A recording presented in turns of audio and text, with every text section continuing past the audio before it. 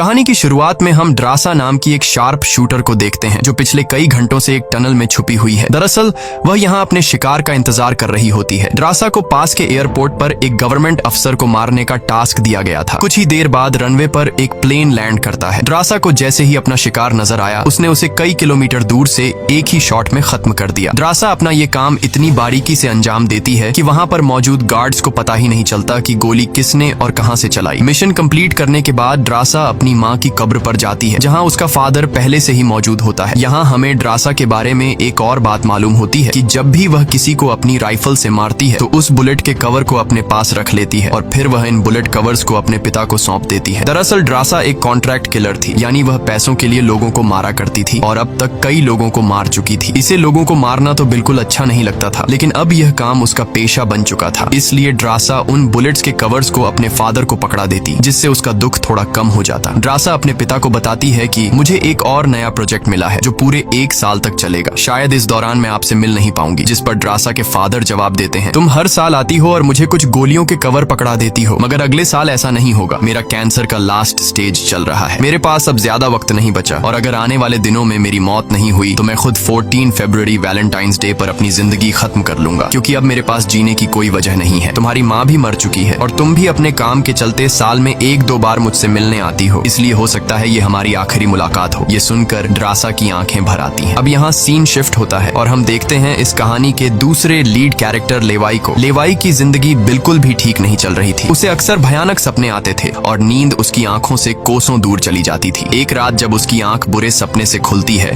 तो लेवाई अपने घर से बाहर निकलकर समुद्र के किनारे पर आता है। यहाँ उसे थोड़ा बेहतर महसूस होता है और वह अपनी डायरी में कुछ लिखने लगता है। तभी लेवाई को अचानक उसके फोन पर एक मैसेज आता है। उस मैसेज में उसे एक एड्रेस दिया गया होता है जहाँ उसे जल्द से जल्द पहुंचने का कहा गया होता है। लेवाई बिना वक्त गंवाए एक मिलिट्री बेस पर पहुंचता है और वहाँ उसकी मुलाकात होती है एक लेडी ऑफिसर से जिसका नाम बार्तो है। बातचीत के दौरान हमें पता चलता है कि लेवाई कोई आम इंसान नहीं बल्कि एक आर्मी ऑफिसर था, लेकिन अब वह रिटायर हो चुका है और सिर्फ इतना ही नहीं, वह एक डेडली स्नाइपर भी रह चुका है। वह अब तक 200 से भी ज्यादा लोगों को स्नाइपिंग से मार चुका है। बार्तो लेवाई से कहती है, मैं तुम्हें एक मिशन पर भेजना चाहती हूँ क्योंकि तुम एक बहुत ही अच्छे स्नाइपर हो और ये सिर्फ तुम ही कर सकते हो। लेकिन मिशन पर भेजने से पहले बार्तो लेवाई से एक बहुत ही जरूरी सवाल पूछती है, अगर तुम इस मिशन पर गए तो क्या तुम्हें याद करने वाला पीछे कोई है? ये बात सुनकर लेवाई को कुछ अजीब लगने लगता है, लेकिन फिर वह जवाब देता है, नहीं, मेरा इस दुनिया में अब कोई भी अपना नहीं है। ये सुनकर वो लेडी लेवाई से कहती है, तुम तैयारी कर लो, कुछ घंटे बाद तुम्हें उस मिशन पर भेजा जाएगा और वहाँ तुम्हें 1 साल के लिए रहना है। इसके बाद लेवाई को बेहोश कर दिया जाता है और जब उसकी आंख खुलती है तो वह अपने आप को एक एरोप्लेन में पाता है। लेवाई कुछ समझ नहीं पाता कि आखिर उसे कहाँ ले जाया जा रहा है और उसे किस तरह का मिशन सौंपा गया है। इसलिए लेवाई वहाँ पर मौजूद एक सोल्जर से पूछता है, मुझे कहाँ ले जाया जा रहा है? लेकिन वह सोल्जर लेवाई की इस बात का कोई जवाब नहीं देता, बस इतना कहता है, अपना आईडी और वॉच हमें दे दो, ये सब तुम्हें तब वापस मिलेगा जब तुम्हारा मिशन पूरा हो जाएगा। थोड़ी देर बाद वो सोल्जर उसे बताता है, अब तुम्हारा प्लेन से उतरने का वक्त आ चुका है। कुछ ही मिनटों में हम नो फ्लाइंग जोन एरिया में एंटर करने वाले हैं। यहाँ से आगे जाने की हमें परमिशन नहीं है। बस वह सिर्फ इतना बताता है कि नीचे उतरने के बाद तुम्हें अकेले 32 किलोमीटर नॉर्थ की तरफ पैदल जाना होगा, तब तुम अपनी मिशन वाली जगह पर पहुंच जाओगे। लेकिन लेवाई के दिमाग में अब भी एक ही बात चल रही थी। वो फिर से उस सोल्जर से पूछता है, आखिर हम जा कहाँ रहे हैं? इस पर सोल्जर जवाब देता है, मुझे इस सवाल का जवाब देने का परमिशन नहीं है। मेरी वर्दी में एक माइक्रोफोन लगा हुआ है। अगर मैंने तुम्हें इस जगह के बारे में बताया तो मुझे नौकरी से निकाला जा सकता है या फिर मारा भी जा सकता है। यह बात सुनकर लेवाई के गले में सांसें अटक जाती हैं। इसके बाद उसे एक पैराशूट दिया जाता है और प्लेन का दरवाजा खुलते ही लेवाई कूद जाता है और सेफली लैंडिंग करता है। लेकिन असली गेम तो अब शुरू होता है। 32 किलोमीटर की दूरी उसे पैदल तय करनी थी। लेवाई को पैदल चलते चलते 2 दिन बीत जाते हैं और 2 दिनों का लंबा सफर तय करने के बाद फाइनली वो उस जगह पर पहुंच जाता है। वो देखता है कि ये एक बहुत ही सुनसान इलाका है जहां इंसान तो दूर बल्कि उससे परिंदे भी नहीं दिखाई देते। तभी उसकी मुलाकात जेडी नाम के एक आदमी से होती है। जेडी 1 साल तक यहाँ मिशन पर था, अब उसकी ड्यूटी खत्म हो चुकी है, इसलिए अब लेवाई उसकी जगह संभालेगा। जेडी लेवाई को एक वॉच टावर की तरफ ले जाता है। टावर के टॉप पर पहुंचने के बाद लेवाई को अब भी समझ नहीं आ रहा था कि उसे यहाँ क्या काम करना है। यही सवाल जब वो जेडी से पूछता है तो जेडी जवाब देता है, यहाँ एक बहुत ही गहरी खाई है जिसे गॉर्ज नाम दिया गया है। ये एक बहुत ही मिस्टीरियस और गहरी खाई है जिसके बॉटम तक आज तक कोई भी नहीं पहुंच पाया। तुम्हारा काम बहुत ही सिंपल है, तुम्हें इस खाई की पहरेदारी करनी है। इसके बाद वो लेवाई को यहाँ के स्ट्रिक्ट रूल्स बताता है। वह कहता है, तुम यहाँ से बाहर महीने में 1 ही बार हेडक्वार्टर फोन कर सकते हो, चाहे कुछ भी हो जाए। तुम बाहर की दुनिया से जुड़ने की उम्मीद मत रखना। ये टावर, जिसे हम वेस्ट टावर कहते हैं, इसके ठीक सामने ईस्ट टावर है, वह रशिया का है। वहाँ भी एक गार्ड अपनी ड्यूटी निभा रहा है, लेकिन तुम दोनों के बीच कोई भी कांटेक्ट अलाउ नहीं है। तुम्हें सिर्फ अपनी ड्यूटी पर ध्यान देना है और हाँ, आने वाले खतरे के लिए हर वक्त तैयार रहना, क्योंकि यहाँ तुम पर किसी भी वक्त हमला किया जा सकता है। यहाँ ऑटोमेटिक गन्स और नीचे ढेर सारे लैंड माइन्स लगाए हुए हैं। अगर ऑटोमेटिक गन्स में गोलियां खत्म हो जाए तो उसे हमेशा रिलोड रखना, क्योंकि हमले के दौरान ऑटोमेटिक गन्स तुम्हारी बहुत काम आएगी। और आखिरी बात, अगर तुम्हें कभी भी यहाँ तेज सायरन की आवाज सुनाई देने लगे तो तुम बिना सोचे समझे यहाँ से भाग जाना। जेडी कहता है, मुझे भी नहीं पता कि ऐसा क्यों बोला गया है, लेकिन मुझे जो पिछले ड्यूटी वर्कर ने बताया था वही मैं तुम्हें बता रहा हूँ। लेवाई उसकी सारी बातें अच्छी तरह से सुन लेता है, पर उसका सवाल एक ही था। वह पूछता है, आखिर यहाँ ऐसा क्या है जिसके लिए इतनी स्ट्रिक्ट सिक्योरिटी लगाई गई है? तभी जेडी एक ग्रेनेड निकालता है और इस ग्रेनेड को उस गहरी खाई में फेंक देता है। ग्रेनेड जैसे ही खाई की गहराइयों में धमाका करता है, वहाँ से एक अजीब भयानक आवाज गूंजने लगती है। वो आवाज किसी इंसान की बिल्कुल भी नहीं थी, वो किसी ऐसी चीज की थी जो अंधेरे में छुपी थी। जेडी लेवाई की तरफ देखता है और कहता है, ये आवाज जो तुम सुन रहे हो, ये उन क्रीचर्स की है जिन्हें हम होलोमैन कहते हैं। ये क्रीचर्स इस घड़े के अंदर रहते हैं और तुम्हारी यहाँ पर ड्यूटी ये है कि इस घड़े के अंदर से किसी भी क्रीचर को बाहर निकलने नहीं देना है। कहा जाता है कि 1940 में यूएस आर्मी के 2400 आर्मी सोल्जर्स को इस गड्ढे के अंदर भेजा गया था, ताकि यह सोल्जर्स उस गड्ढे के अंदर मौजूद सभी क्रीचर्स को खत्म कर सकें। लेकिन आज तक उनमें से एक भी जिंदा सोल्जर वापस लौट कर नहीं आया। और अब जेडी लेवाई को पूरी इंफॉर्मेशन, हर एक चीज का बताकर घर वापस जाने की तैयारी करने लगा, क्योंकि उसने यहाँ 1 साल की ड्यूटी पूरी कर दी। अब लेवाई को यहाँ 1 साल तक ड्यूटी देनी थी। जेडी लेवाई को अलविदा कहकर यहाँ से निकल पड़ता है। वह बहुत खुश था क्योंकि 1 साल बाद वह घर जाने वाला था, लेकिन उसे पता नहीं था कि आगे उसके साथ कुछ ऐसा होने वाला है जिसके बारे में सोचने से भी डर लगता है। लोकेशन पर पहुंचने के बाद जेडी जैसे ही स्मोक करता है, तब एक हेलीकॉप्टर उसे लेने के लिए आता है। वह हेलीकॉप्टर उसके लिए रस्सी नीचे फेंकता है और जेडी इस रस्सी के जरिए ऊपर हेलीकॉप्टर में चढ़ने लगता है। हेलीकॉप्टर में बैठा एक सोल्जर पहले जेडी की आइडेंटिटी कंफर्म करता है। जेडी जब उसे अपनी पूरी इंफॉर्मेशन देता है तो हेलीकॉप्टर में बैठा वो सोल्जर पहले जेडी को शूट करता है और उसके बाद उसकी रस्सी काट कर उसे नीचे गिरा देता है। अब यहाँ एक बात तो साफ हो चुकी थी कि जो इस जगह आता है वो यहाँ से कभी लौट नहीं पाता। इसके बाद हमें अगले दिन का सीन दिखाया जाता है। लेवाई अपने काम को निभाने लगता है। सबसे पहले वो यहाँ की कुछ रिपोर्ट्स चेक करता है और जिन ऑटोमेटिक गन्स में गोलियां खत्म होती हैं उन्हें रीलोड करता है। इसी तरह से दिन गुजरते हैं और फिर 1 महीना। अब लेवाई को ये जगह बोरिंग फील होने लगी। वो सोचता है कि क्या 1 साल तक यहाँ बस अकेले ही रहना है, न किसी से बातचीत और न ही कोई एंटरटेनमेंट। इसीलिए टाइम पास करने के लिए वो अलमारी में रखी किताबें पढ़ने का सोचता है। जब वो अलमारी से किताबें निकालता है तो अचानक उसकी नजर अलमारी के पीछे की दीवार पर पड़ती है। उस दीवार पर कुछ नोट्स लिखे होते हैं। ये उन सभी लोगों के नोट्स थे जो इससे पहले इस टावर में अपनी ड्यूटी कर चुके थे। हर नोट में डर, अकेलापन और होलोमैन के खतरों का जिक्र था। एक दिन लेवाई को वेस्ट टावर से मशीन चलने की आवाज आती है। लेवाई जल्दी से अपने टेलीस्कोप से दूर से ईस्ट टावर को देखने की कोशिश करता है और तभी उसे एक लड़की दिखाई देती है। और ये लड़की कोई और नहीं बल्कि ड्रासा होती है, जो कि उसकी अच्छी स्नाइपिंग की वजह से उसे इस टावर पर ड्यूटी दे दी गई थी। ड्रासा की खूबसूरती देखते ही लेवाई की नजरें उस पर जम जाती हैं, लेकिन लेवाई उससे बात नहीं कर पाता क्योंकि ऐसा करना रूल्स की खिलाफ वर्जी थी। और ड्रासा को भी वेस्ट टावर में बैठे लेवाई के बारे में पता चल चुका था। अब इसी तरह से दिन गुजरते हैं और ये दोनों सोचते हैं कि क्या हमें एक दूसरे से बात करनी चाहिए या नहीं। कुछ दिन बाद ड्रासा का जन्मदिन आता है। अकेलेपन में घिरी हुई ड्रासा को लगता है कि उसे किसी से बात करनी चाहिए। वो लेवाई से बात करने की कोशिश करती है। ड्रासा एक व्हाइट बोर्ड के जरिए लेवाई से पूछती है, तुम्हारा नाम क्या है? इस पर लेवाई को रूल्स याद आते हुए कहता है कि नाम बताना अलाउड नहीं है, लेकिन ड्रासा मुस्कुराते हुए अपना नाम बताती है, मेरा नाम ड्रासा है। लेवाई भी ज्यादा न सोचते हुए अपना नाम बता देता है। ड्रासा बताती है कि आज मेरा बर्थडे है और ड्रासा अपने बर्थडे को सेलिब्रेट करते हुए डांस करने लगती है। ड्रासा लेवाई से पूछती है, क्या तुम्हें डांस करना आता है? लेवाई बताता है, नहीं, मुझे डांस करना बिल्कुल भी नहीं आता। जिस पर ड्रासा पूछती है, तो फिर तुम्हें क्या करना आता है? लेवाई जवाब देते हुए बोर्ड पर लिखता है, मैं शूटिंग थोड़ी बहुत अच्छी कर लेता हूँ। यहाँ ड्रासा उसकी शूटिंग स्किल्स चेक करने के लिए अपने टावर पर एक छोटी सी बॉटल उसके सामने रख देती है और लेवाई अपने टारगेट को निशाने पर रखते हुए एक ही गोली में उस बॉटल को फोड़ देता है। अब यहाँ ड्रासा भी पीछे रहने वाली नहीं थी। वह भी अपनी शूटिंग स्किल्स को दिखाते हुए लेवाई के टावर में रखी एक छोटी सी बॉटल को बिल्कुल परफेक्ट शूट कर लेती है, जिससे लेवाई को पता चलता है कि ड्रासा कोई आम लड़की नहीं बल्कि वह एक डेडली स्नाइपर है। धीरे धीरे दोनों की बातचीत बढ़ने लगती है। ड्रासा और लेवाई एक दूसरे को समझने लगते हैं, लेकिन तभी जब ये दोनों बातचीत में मसरूफ होते हैं, ड्रासा की नजर अचानक नीचे गड्ढे की तरफ जाती है। वो देखती है कि नीचे से कुछ भयानक क्रीचर्स यानी होलोमैन तेजी से वेस्ट टावर की तरफ चढ़ रहे हैं। वह जल्दी से लेवाई को अलर्ट करती है।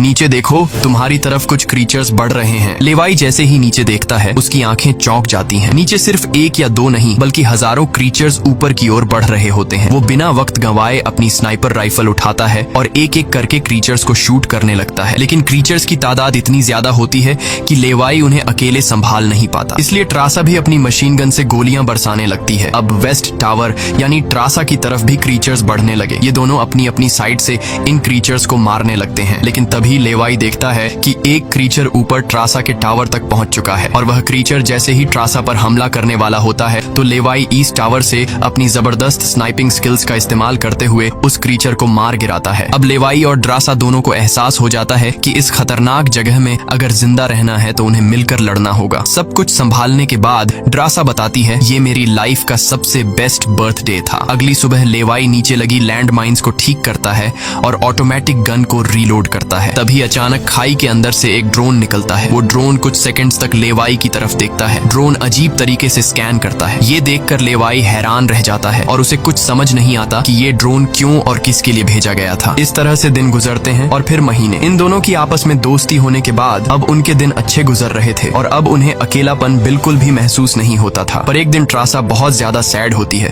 क्योंकि आज 14 फेब था और उसे याद आता है कि उसके फादर ने कहा था कि अगर कैंसर की वजह से आने वाले कुछ दिनों में नहीं मरा तो वो 14 फेब के दिन खुद को मार देगा। और यहाँ ड्रासा बोर्ड पर लिखकर लेवाई को बताती है, आज मैं खुद को बहुत ही अकेली महसूस कर रही हूँ। अगर आज मेरे पास कोई होता तो बहुत अच्छा होता। लेवाई को भी पहले ही दिन से ड्रासा से मिलने का मन था और आज वह खुद को रोक नहीं पाता। वो ड्रासा के पास जाने का प्लान बना लेता है। वह एक रॉकेट लॉन्चर के जरिए ईस्ट टावर तक पहुंचने का जुगाड़ कर लेता है। अगली सुबह वो रॉकेट लॉन्चर का इस्तेमाल करके एक मजबूत रस्सी को ड्रासा की तरफ फेंकता है, जिसके बाद ड्रासा टावर के बाहर आती है और वो रस्सी को मजबूती से एक पेड़ के साथ बांध देती है ताकि लेवाई रस्सी के जरिए लटक कर ईस्ट टावर तक पहुंच जाए। लेवाई बिना देर किए उस रस्सी के सहारे ईस्ट टावर की ओर बढ़ने लगता है, लेकिन बीच में वो अटक जाता है क्योंकि आगे रस्सी की ढलान खत्म हो चुकी थी। इसलिए अब लेवाई हाथों की मदद से आगे बढ़ने लगता है और करीब आधा घंटा हाथों की मदद से सफर करने के बाद वो ड्रासा के टावर तक पहुंच जाता है। ड्रासा उसे वेलकम करती है और कहती है, तुमसे बहुत ही गंदी पसीने की बू आ रही है, इसलिए पहले तुम नहा लो फिर मैं तुमसे मिलूंगी। लेवाई को ये सुनकर हंसी आ जाती है। वह कुछ कहता नहीं, बस सिर हिलाकर मान जाता है। ड्रासा यहाँ पर शरारत करते हुए उसके कपड़े दूर जाकर छिपा लेती है और सीसीटीवी कैमरा के जरिए लेवाई को देख रही होती है, जो टावर में मौजूद शावर में नहा रहा होता है। उसके बाद लेवाई और ड्रासा एक साथ बैठकर काफी देर तक बातें करते हैं। ड्रासा उससे अपनी पूरी स्टोरी बताती है और बताती है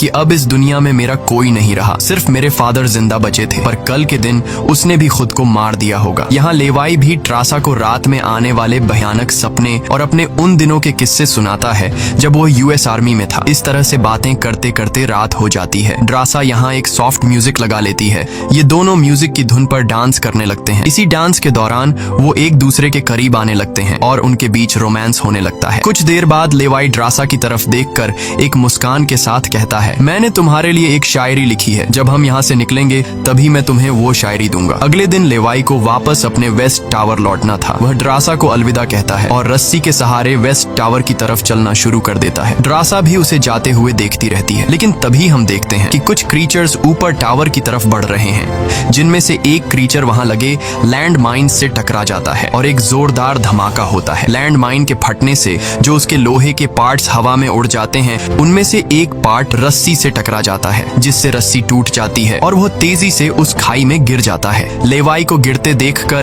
ट्रासा बिना सोचे समझे अपना पैराशूट उठाकर वह भी उस खाई में कूद जाती है। खाई की गहराई में गिरने के बाद ड्रासा पानी की तेज बहाव वाली नदी में बहने लगती है। वह किसी तरह करके नदी से बाहर निकलकर किनारे तक पहुंच जाती है। दूसरी तरफ लेवाई की किस्मत अच्छी होती है कि वो एक बड़े से पेड़ पर गिरकर लटक चुका था। इतनी ऊंचाई से गिरने के बाद उसे चोटें तो काफी सारी आ जाती हैं, पर उसकी जान बच जाती है। जैसे ही उसकी आंखें खुलती हैं, वो देखता है कि एक बड़ा कीड़ा उस पर हमला करने के लिए बढ़ रहा है। वो खुद को बचाने की कोशिश करता है, पर तभी पेड़ की लकड़ी टूट जाती है और लेवाई नीचे पेड़ की जड़ों पर गिर जाता है। नीचे गिरते ही पेड़ की जड़ों ने उसे अपनी गिरफ्त में लेने लगती है और लेवाई को जकड़ लेती है। उससे पहले कि ये जड़ें लेवाई को मार देती, वहाँ ट्रासा पहुँच जाती है। वो जल्दी से चाकू निकालकर इन जड़ों को काटने लग जाती है, जिससे लेवाई आजाद हो जाता है। इसके बाद लेवाई और ट्रासा चारों ओर देखने लगते हैं। हर तरफ सन्नाटा और डर का माहौल छाया होता है। तभी अचानक पेड़ों की आड़ से कुछ क्रीचर्स निकलकर उन पर हमला कर देते हैं। यहाँ उनके बीच एक बड़ी फाइट होने लगती लगती है। लेवाई अपनी बंदूक संभालता है और पहली गोली सीधे एक क्रीचर के सर में मारता है। एक के बाद एक दोनों ने मिलकर दोनों क्रीचर्स को खत्म कर दिया। यहाँ लेवाई की नजर क्रीचर की डेड बॉडी पर पड़ती है। वह देखता है कि क्रीचर ने वही आर्मी वर्दी पहन रखी थी जो किसी जमाने में अमेरिकन सोल्जर्स की होती थी। ये देखकर लेवाई के रोंगटे खड़े हो जाते हैं। तभी उसे जेडी की वो बातें याद आती हैं जब उन्होंने बताया था कि 1940 में 2400 सोल्जर्स के एक बड़े ग्रुप को इस खाई में भेजा गया था और वो सैनिक कभी वापस नहीं लौटे थे। उसके बाद लेवाई और ट्रासा एक अजीब भयानक सी जगह पर पहुंच जाते हैं। यहाँ का मंजर किसी बुरे सपने जैसा था। हर तरफ इंसानों के सड़े गले शरीर पड़े थे और सबसे अजीब बात यह थी कि इन शरीरों के अंदर से पेड़ पौधे उग आए थे। ऐसा लग रहा था जैसे कोई जानलेवा वायरस ने इस जगह को अपनी गिरफ्त में ले लिया हो। तभी अचानक पेड़ों के बीच से कुछ हलचल होती है। लेवाई और ट्रासा समझ जाते हैं कि क्रीचर्स एक बार फिर उनका पीछा कर रहे हैं। डर के मारे यह दोनों तेजी से भागने लगते हैं और एक टूटी फूटी चर्च में घुस जाते हैं। दरवाजा बंद करने के बाद सामने उन्हें एक अजीब सा नजारा दिखता है। हर तरफ इंसानों की लाशें पड़ी हुई थीं। उनकी हालत देखकर ऐसा लग रहा था जैसे उन्होंने खुद अपनी जान ले ली हो ताकि इस वायरस से बच सकें। अचानक एक बड़ी मकड़ी ट्रासा के ऊपर कूद पड़ती है और ढेर सारी और भी मकड़ियां निकल आती हैं। ये मकड़ियां साइज में काफी बड़ी होती हैं। जैसे ही स्पाइडर उन पर हमला करता है, लेवाई और ट्रासा मिलकर उसे खत्म कर देते हैं। दूसरी तरफ चर्च का दरवाजा वो क्रीचर तोड़कर अंदर आ जाते हैं। लेवाई और ट्रासा अपनी जान बचाने के लिए उन पर फायरिंग शुरू कर देते हैं और जैसे तैसे करके उनसे अपनी जान छुड़ाकर चर्च से बाहर निकल आते हैं। तभी लेवाई की नजर सामने पहाड़ में बनी एक पुरानी सुरंग पर पड़ती है। वह दोनों फौरन उस सुरंग के अंदर घुस जाते हैं। अंदर जाकर उन्हें पता लगता है कि असल में यह एक पुरानी लैब है। यहाँ हर जगह टूटी फूटी कांच, मशीन्स और पुराने जंग लगे हुए कंटेनर्स पड़े थे। यहाँ लेवाई को एक पुराना डीवीडी कैसेट मिलता है। लेवाई डीवीडी को प्ले करता है और स्क्रीन पर एक लड़की नजर आती है। वह लड़की कहती है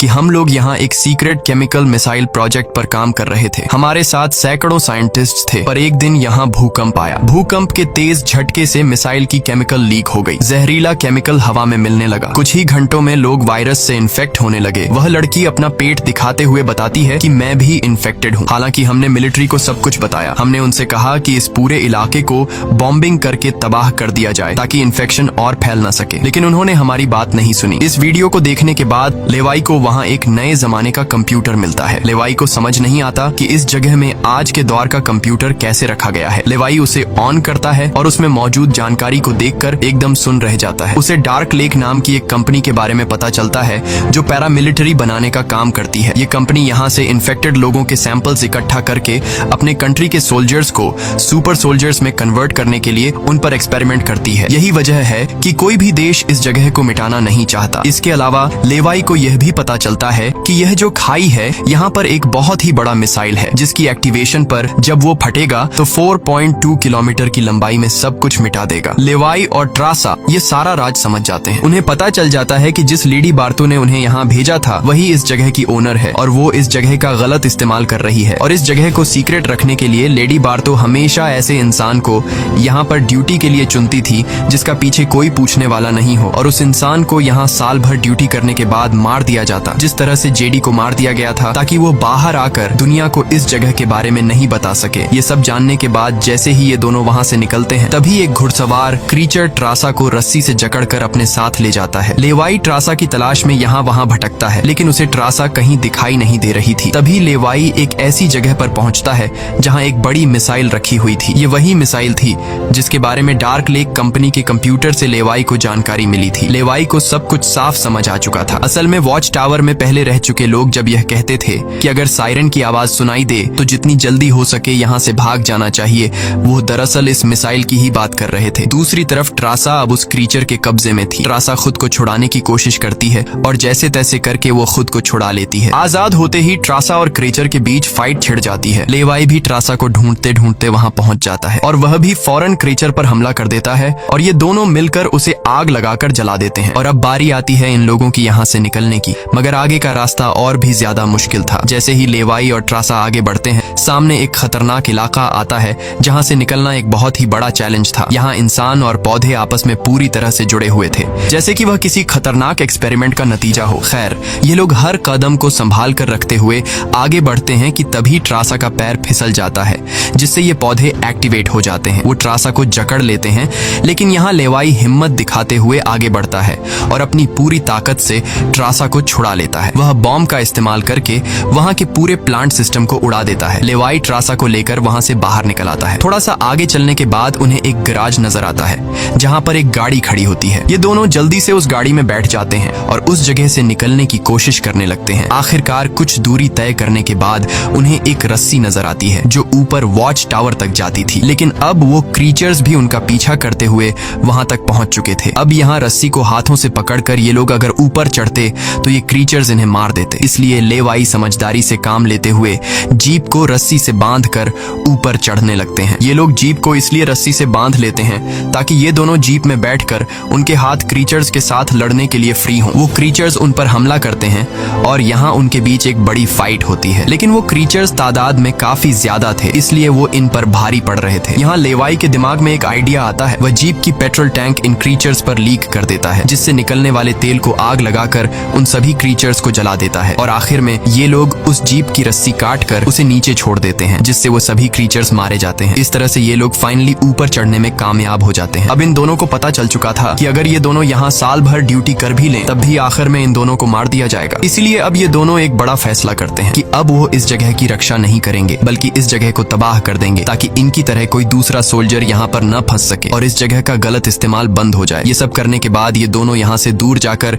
एक नई जिंदगी की शुरुआत करेंगे। यहाँ ट्रासा कहती है, मेरे पास फ्रांस में छुपने के लिए एक जगह है, हम वहाँ जाकर शादी करेंगे और आगे की जिंदगी वहीं पर बिताएंगे। लेवाई ट्रासा की बात मान जाता है और अब वह कहता है, मुझे वापस अपने टावर पर जाना होगा। मैं वहाँ जाकर टावर में एक बॉम्ब फिट करूंगा और साथ ही इस मिसाइल को भी एक्टिवेट कर दूंगा, जिससे यह पूरी जगह तबाह हो जाएगी। जिसके बाद लेवाई रस्सी की मदद से अपने टावर तक पहुंच जाता है। इस बीच लेडी बार्तो लेवाई से कांटेक्ट करती है और सवाल करती है, क्या तुम इस गड्ढे के अंदर गए थे क्योंकि किसी ने हमारे कंप्यूटर को ऑन किया है। लेवाई यहाँ पर झूठ बोलकर बताता है, नहीं मैं वहाँ नहीं गया था। लेकिन बार्तो जानती है कि लेवाई झूठ बोल रहा है। उन्होंने सिक्योरिटी कैमरास में सब कुछ देख लिया था कि लेवाई और ट्रासा दोनों गड्ढे के अंदर गए थे। फिर भी वो अपनी बात को आगे बढ़ाते हुए कहती है, अगर तुम नहीं गए तो फिर जाहिर सी बात है कि यह सारा काम उस वेस्ट टावर वाले गार्ड का है। तुम एक काम करो कि उस वेस्ट टावर वाले इंसान यानी ट्रासा को मार दो क्योंकि उसने रूल तोड़ा है। यहाँ लेवाई हाँ तो बोल देता है, लेकिन बार्तो को पता चल चुका था कि यह उसे नहीं मारेगा और वह समझ चुकी थी कि ये दोनों अब यहाँ से भागने वाले हैं और बाहर जाकर दुनिया को इस जगह के बारे में बता देंगे। इसीलिए वह खुद हेलीकॉप्टर में यहाँ पहुँचती है, लेकिन बार्तो के पहुँचने से पहले